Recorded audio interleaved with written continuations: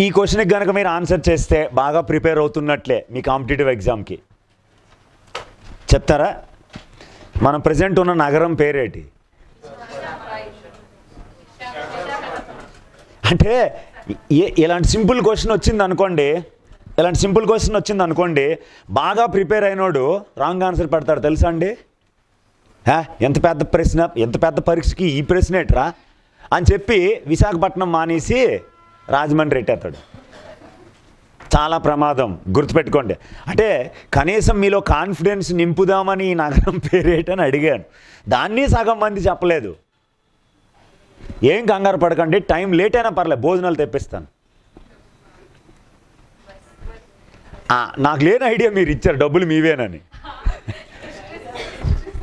సరే, ఇప్పుడు ఆ క్వశ్చన్ ఏమిటంటే, భారతదేశంలో సినిమా రంగంలో పెద్ద బహుమతి ఏది? ఇండియాలో what is the highest film award in the country?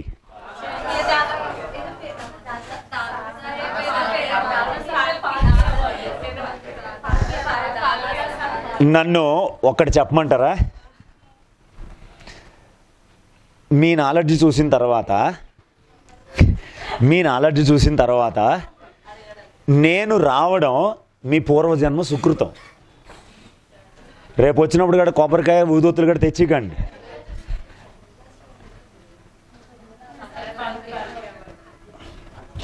Respond అవ్వమన్నాను కానీ కిలోమీటర్ దూరం తప్పు ఉండకూడదు, కనీసం ఒక సెంటీమీటరు మిల్లీమీటర్ దూరం తప్పు ఉండాలి. Dadasaheb Phalke award, India's highest movie awards. ఇది చాలా ఇంపార్టెంట్, ఖచ్చితంగా అడుగుతాడు.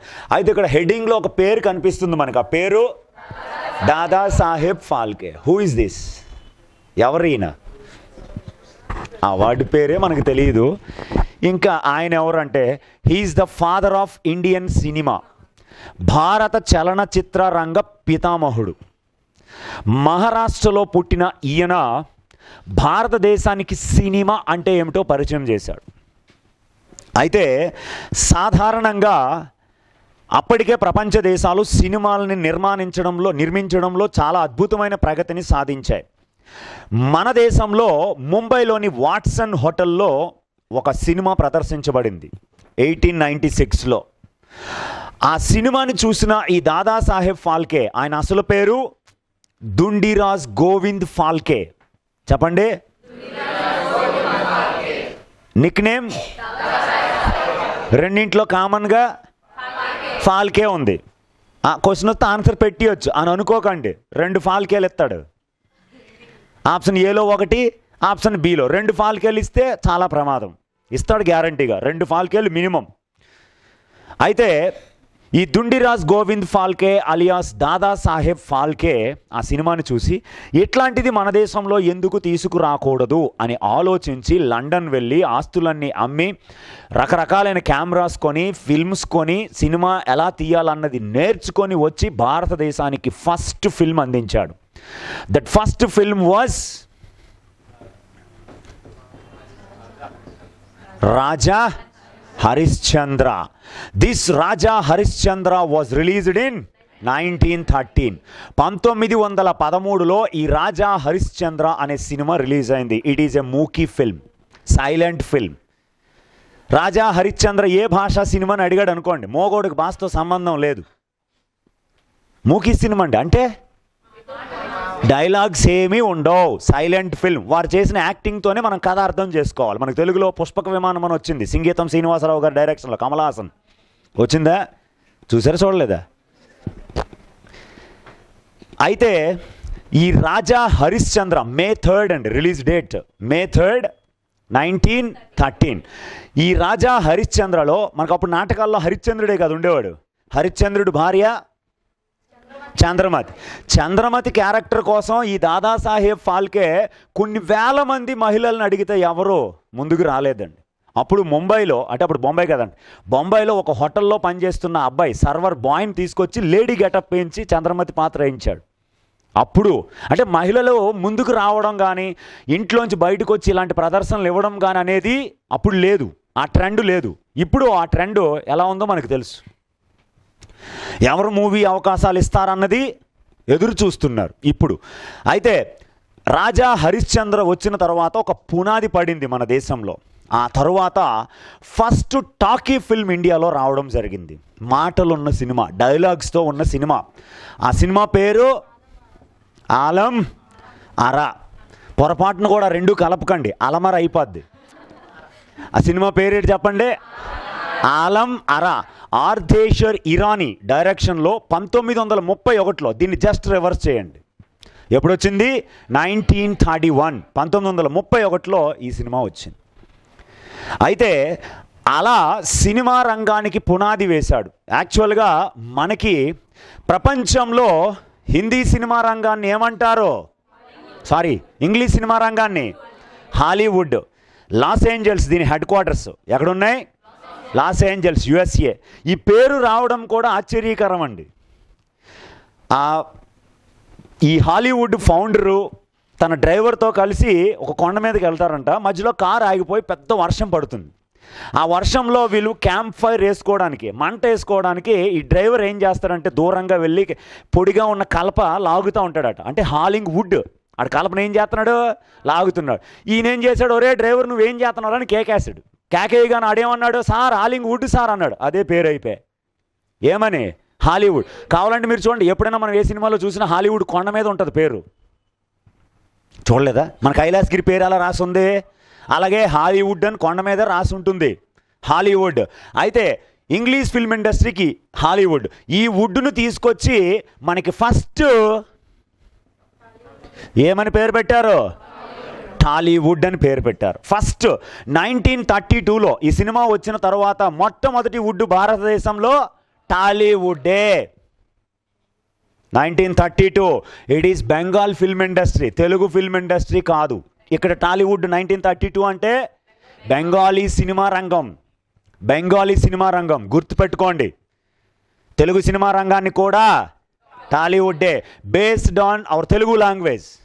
Tollywood based on the Tollygunge area. కోల్కతాలో థాలీగంజ్ అనే ఒక ఏరియా ఉంటుంది. ఆ ఏరియాలో ఫిల్మ్ ఇండస్ట్రీ అంతా ఉంటుంది. అందుకే దాన్ని టాలీవుడ్ అంటారు. మరి బాలీవుడ్ అంటూ హిందీ. బేస్డ్ ఆన్ బొంబాయి, బొంబాయిని చేసుకొని బాలీవుడ్ అన్నారు. Tamil based on Kodambakkam. చెన్నైలో కోడంబాకం అనే ఏరియా ఉంటుంది. ఆ ఏరియాలోనే ఫిల్మ్ ఇండస్ట్రీ అంతా ఉంటుంది. అందుకే దాన్ని కోలీవుడ్ అన్నారు. మలయాళం మాలీవుడ్, మలయాళం లాంగ్వేజ్. కన్నడ శాండిల్వుడ్, ఎర్రచందనం అడవులు, రెడ్ శాండిల్ ఫారెస్ట్ని బేస్ చేసుకొని శాండిల్వుడ్ అన్నారు. Okay, very good. అయితే ఏరియా లేదా లాంగ్వేజ్ బేస్ చేసుకొని అన్నారు. ఇప్పుడు నేను క్వశ్చన్ అడుగుతాను, ఆన్సర్ చెప్పాలి. What is Pakistan film industry name? ఉంది పాకీవుడ్ అని అండి. ఏమి పాకీవుడ్ అని? పాకిస్తాన్ ఫిల్మ్ పేరులో ఉంది కదా, పేరులో ఉంది కదండి. పాకిస్తాన్ ఫిల్మ్ ఇండస్ట్రీని లాలీవుడ్. ఎంత మంచి పేరుని పాకీవుడ్ చేస్తారా? లాలీవుడ్. లాహోర్ అండి, లాహోర్ని బేస్ చేసుకొని లాలీవుడ్. చైనీస్ ఫిల్మ్ ఇండస్ట్రీకి పేరు లేదండి. చైనీస్ ఫిల్మ్ ఇండస్ట్రీకి పేరు లేదు, గుర్తుపెట్టుకోండి. మళ్ళీ దానికి ఏం చీచీ వుడ్ అని ఏం పెట్టకండి, చైనీస్కి ఏం లేదు. అయితే 2016 తెలంగాణ గ్రూప్ 2లో అడిగిన క్వశ్చన్ అండి. బెంగాలీ ఫిల్మ్ ఇండస్ట్రీని అలా కాదు, 3 హింట్లు ఇచ్చాడండి. 3 హింట్లు క్వశ్చన్లో ఇచ్చి, అయితే బెంగాలీ సినిమా రంగాన్ని ఏమంటారు అని అడిగాడు. క్వశ్చన్ ఆపాడు. ఆప్షన్ ఏలో టాలీవుడ్ ఇచ్చారు. ఎవరైనా పెడతారండి? ఫిక్స్డ్ మనం మెంటల్గా టాలీవుడ్ అంటే తెలుగు ఫిల్మ్ ఇండస్ట్రీ అని. బెంగాలీ ఫిల్మ్ ఇండస్ట్రీ కూడా టాలీవుడ్డే. అలా అభివృద్ధి చెందింది మన సినిమా రంగం. అందుకే ఈయన ఫాదర్ ఆఫ్ ఇండియన్ సినిమా అంట.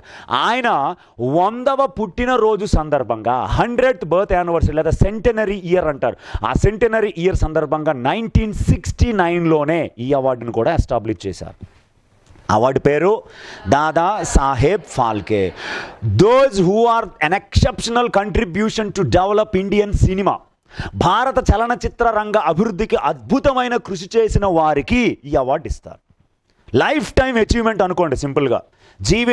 జీవనకాల లేదా జీవితకాల సాఫల్య పురస్కారం అంటారు. అయితే ఈ అవార్డుని 2023లో ప్రకటించారు. ఏ సంవత్సరానికి? 2021కి. For 2021 Dadasaheb Phalke award announced in 2023. Presented కూడా 2023, కానీ డిఫరెంట్ డేట్స్. అయితే 2021 సంవత్సరానికి ఈ సంవత్సరం ప్రకటించిన ఈ Dadasaheb Phalke which considered as India's highest movie award conferred to ఎవరికిచ్చారు? ఒక లేడీ పేరు. ఆప్షన్స్లో ఏ ఒక లేడీ పేరు, బి ఒక పురుషుడి పేరు అని ఎత్తాడేటండి. వహీదా రెహమాన్. చాలా ఇంపార్టెంట్. ఎవరమ్మా? వహీదా రెహమాన్. చాలా ఇంపార్టెంట్. వహీదా రెహమాన్కి ఈ అవార్డుని ప్రకటించడం జరిగింది. చాలా చాలా ఇంపార్టెంట్. అయితే దీనికంటే ముందు 2020లో 2020 చాలా కరోనాకేటి మనం చేస్తున్న యాక్టింగ్కి మనకే ఇచ్చేయచ్చు. అయితే 2020, 2019, 2018 చాలా ఇంపార్టెంట్. వెనకది కూడా ఖచ్చితంగా మనం చదవాల్సిందే. ఇది 2020, 2019, 2018. 2018 అవార్డు అయితే ఏకంగా చాలా బాగా గుర్తుపెట్టుకోండి, అమితాబ్ బచ్చన్ గారికి ఇచ్చారు 2018. అది 50వ అవార్డు. 1969 నుంచి 2018కి 50 అవార్డు. 50th గ్రహీత ఎవరంటే అమితాబ్ బచ్చన్. 2018కి. 2019కి రజనీకాంత్ గారికి ఇచ్చారు 51st అవార్డు. 2020కి 52nd ఆశా పరేఖ్ లాస్ట్ ఇయర్కి, అంటే 2020కి. 2021కి వహీదా రెహమాన్. వరుసగా 2 మహిళలకు ఇచ్చారు, ASHA Parekh.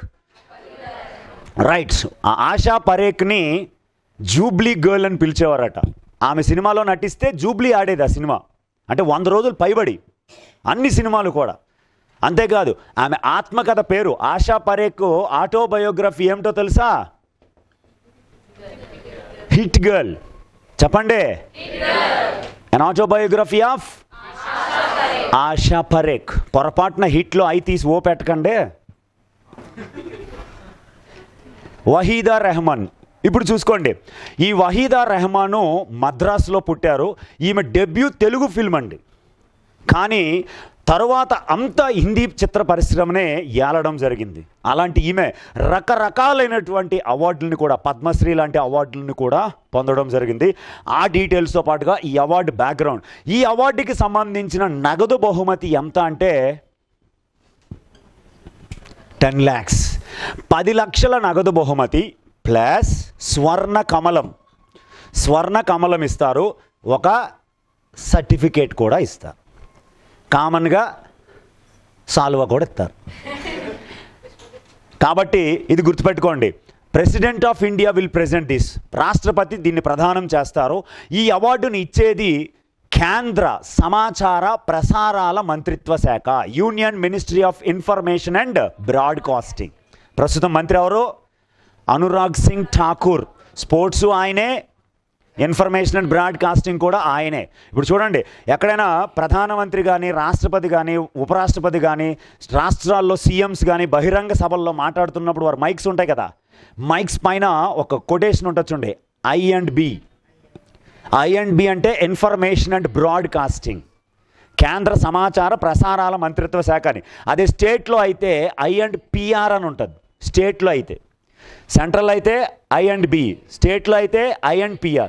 Information and public relations. ఇది పబ్లిక్ రిలేషన్స్ అంటే ఆ టేపు ఎప్పుడు భద్రపరిచి ఉండబడుతుంది. ఎప్పుడైనా ఆ స్పీచ్ బయటికి తీయొచ్చు, రికార్డ్ చేసి ఉంచుతారు.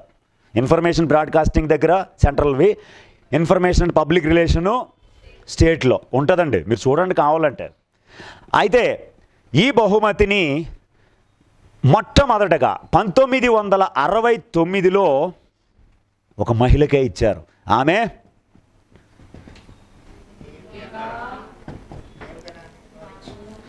దేవికా రాణి రోరిచ్. చాలా ఇంపార్టెంట్. ఫస్ట్ అవార్డు యాక్చువల్గా దాదాసాహెబ్ ఫాల్కే అవార్డుని చనిపోయిన వారికి ఇవ్వకూడదా, ప్రకటించకూడదా? చెప్పండి ఒకసారి. ప్రకటించకూడదా, ఇవ్వకూడదా? ఇవ్వడానికి వాళ్ళు రారు కదా, కాబట్టి ప్రకటించకూడదు. ప్రకటిస్తే వారి కుటుంబ సభ్యులకి ఇవ్వాలి వాళ్ళ పేరు మీదుగా, అంతే కదా. కానీ మన దగ్గర భాష చాలా స్పీడ్ కదా, మనకి చాలా తొందర ఎక్కువ. చనిపోయిన వారికి ఇచ్చారు, చనిపోయిన వారికి ఇచ్చారు అని చదువుతాం మనం ఇంటికి వెళ్ళి. చనిపోయిన వారికి ఎవరో ప్రకటిస్తారు. మీ దగ్గర లేదా స్పీడ్గా మాట్లాడే అలవాటు? ఉంది కదా. ఇప్పుడు ఉదాహరణకి మీరు విజయనగరం వెళ్ళడానికి ఇక్కడ బస్సు ఎక్కారు. ఆ గురుద్వారా దగ్గర మీ ఫ్రెండ్ ఎక్కాడు, మిమ్మల్ని చూశాడు. చూడగానే ఫస్ట్ అనే డైలాగ్ ఏడో తెలుసా? ఒరే ఊరు వెళ్తున్నావా? బస్సు ఎందుకు ఎక్కాడు? మరి బస్సు ఎందుకు ఎక్కాడు చెప్పండి? ఊరు వెళ్ళడానికే. మన ఫ్రెండ్ థియేటర్ దగ్గర కనబడితే ఫస్ట్ అడిగే డైలాగ్ ఏడు చెప్పండి? ఒరే సినిమాకి వచ్చావా? లేకపోతే టికెట్ ముక్కలు సింపడానికి వచ్చాడా? సినిమాకే అడగక్కర్లే. హోటల్లో కనబడినోడిని కూడా ఒరే భోజనానికి వచ్చావా? ఆల్రెడీ సగం తినేసాడు, అడగక్కర్లే. చూడండి, టక్కు టయ్యి నీట్గా. ఆడవాళ్ళు అయితే గోల్డ్ వేసుకొని పట్టు చీరలు కట్టుకొని ఫంక్షన్ల దగ్గరికి వస్తారు. అక్కడ కనబడి ఒరే ఫంక్షన్కి వచ్చావా? ఎంగిలాకులు ఎత్తడానికి వచ్చాడేటి? ఫంక్షన్కే. ఫంక్షన్. ఆ స్పీడ్ ఫ్లో కాంపిటేటివ్ ఆస్పిరెంట్కి ఉండకూడదు. ఉంటే తెలిసిన దానికి కూడా తొందరలో తప్పెట్టేస్తాం. అలాగని స్లో కూడా ఉండకూడదు. రెండింటిని పర్ఫెక్ట్గా మేనేజ్ చేసుకోగలిగితే కరెక్ట్ టైంకి కరెక్ట్ ఆన్సర్ పెట్టుకొని బయటకు వస్తారు. గుర్తుపెట్టుకోండి, మీరు చేస్తున్నది కాంపిటేటివ్ ఎగ్జామ్ అనే యుద్ధంకి వెళ్ళేటప్పుడు మన దగ్గర ఉండాల్సింది ఆయుధం. చూడండి, కాంపిటేటివ్ ఆస్పిరెంట్స్ యొక్క బ్రెయిన్ ఎలా ఉండాలి? ఆప్షన్ ఏ కత్తిలా ఉండాలి, ఆప్షన్ బి బ్లేడ్ లాగా ఉండాలి. ఏది ఎలా ఉండాలి? మన బ్రెయిన్ బ్లేడ్లా ఉండాలి. కత్తికి ఒకవైపే పదును ఉంటుంది, బ్లేడ్కి రెండు వైపులా ఉంటుంది. ఎలాంటి క్వశ్చన్ వచ్చినా ఆన్సర్ పెట్టుకునే స్థాయి మన బ్రెయిన్కి ఉండాలి. చూడండి, బ్లేడ్ని ఎటువైపు నుంచైనా మనం కట్ చేయొచ్చు. సార్ బ్లేడ్కి కొద్దిసేపే కదా సార్ షార్ప్నెస్ ఉంటుందంటే, మీ షార్ప్నెస్ ఎగ్జామ్ ప్రజెంటేట్ చేసినంత వరకు ఉంటే చాలు. లైఫ్ లాంగ్ అక్కర్లేదు. అందుకే నేను ఎక్కడికి వెళ్ళినా చెప్తాను, మీ బ్రెయిన్ బ్లేడ్లా ఉండాలి, షార్ప్గా పనిచేయాలి. కొద్దిసేపు అయినా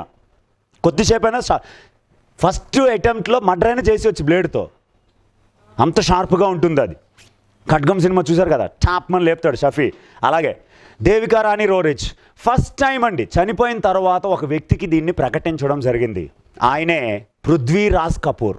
1971. ఇప్పుడు రణబీర్ కపూర్ ఉన్నాడు కదా, వాళ్ళ తాతగారు Prithviraj Kapoor.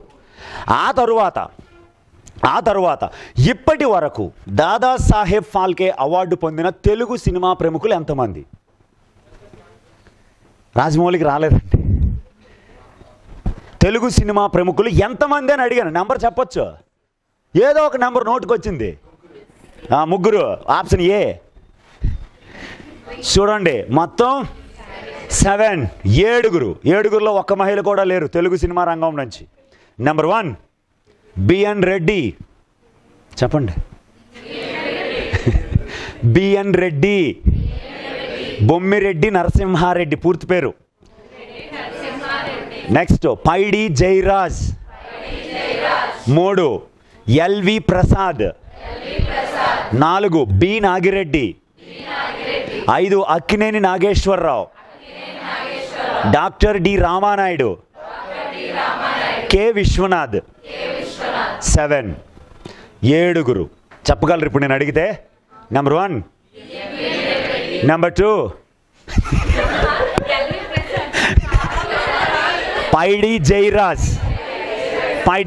Number 3 LV Prasad. Number 4 B Nagi Reddy. Number 5 Akkineni Nageswara Rao. Number K Viswanath. ఇక్కడ క్వశ్చన్ ఎలా రావచ్చు అంటే, ఈ క్రింది ఏ తెలుగు సినిమా ప్రముఖుడు భారతదేశంలో అత్యున్నత సినిమా పురస్కారం దాదాసాహెబ్ ఫాల్కే పొందలేదు అని అడగొచ్చు. ఇందులో ఇప్పుడు చెప్పినటువంటి వాళ్ళలో యాక్టర్ ఒకే ఒక్కరు ఉన్నారు, అక్కినేని నాగేశ్వరరావు. మిగతా వాళ్ళందరూ either producers or directors. L V Prasad అంటే మనకి ప్రసాద్ ఐమాక్స్ థియేటర్ ఉంది కదా హైదరాబాద్లో, వాళ్ళదే. అలాగే ఎల్వి ప్రసాద్ ఐ హాస్పిటల్స్ ఉన్నాయి కదండి, వాళ్ళవే. అక్కినేని లక్ష్మీ వరప్రసాద్ పూర్తి పేరు ఎల్వి ప్రసాద్ గారు. B Nagi Reddy, BN Reddy brothers అండి. B Nagi Reddy, BN Reddy. అయితే భారతదేశ సినిమా రంగం అంటేనే వారసత్వం కదండి. ఈ అవార్డు పొందిన తండ్రి కొడుకులు ఉన్నారు.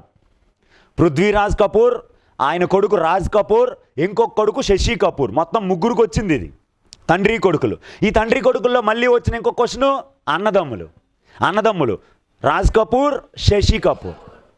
మరలా ఇందాక చెప్పిన అన్నదమ్ములు బిఎన్ రెడ్డి, బి నాగిరెడ్డి. అలాగే బిఆర్ చోప్రా, యాష్ చోప్రా, వాళ్ళు బ్రదర్సే. మొత్తం 3 brothers awarded this in 3 different years. అలాగే దాదాసాహెబ్ ఫాల్కే అవార్డు పొందిన అక్క చెల్లెళ్ళు కూడా ఉన్నారు. ఆశా భోస్లే, లతా మంగేష్కర్, వీళ్ళిద్దరికీ కూడా వచ్చింది, వీళ్ళిద్దరికీ రావడం జరిగింది.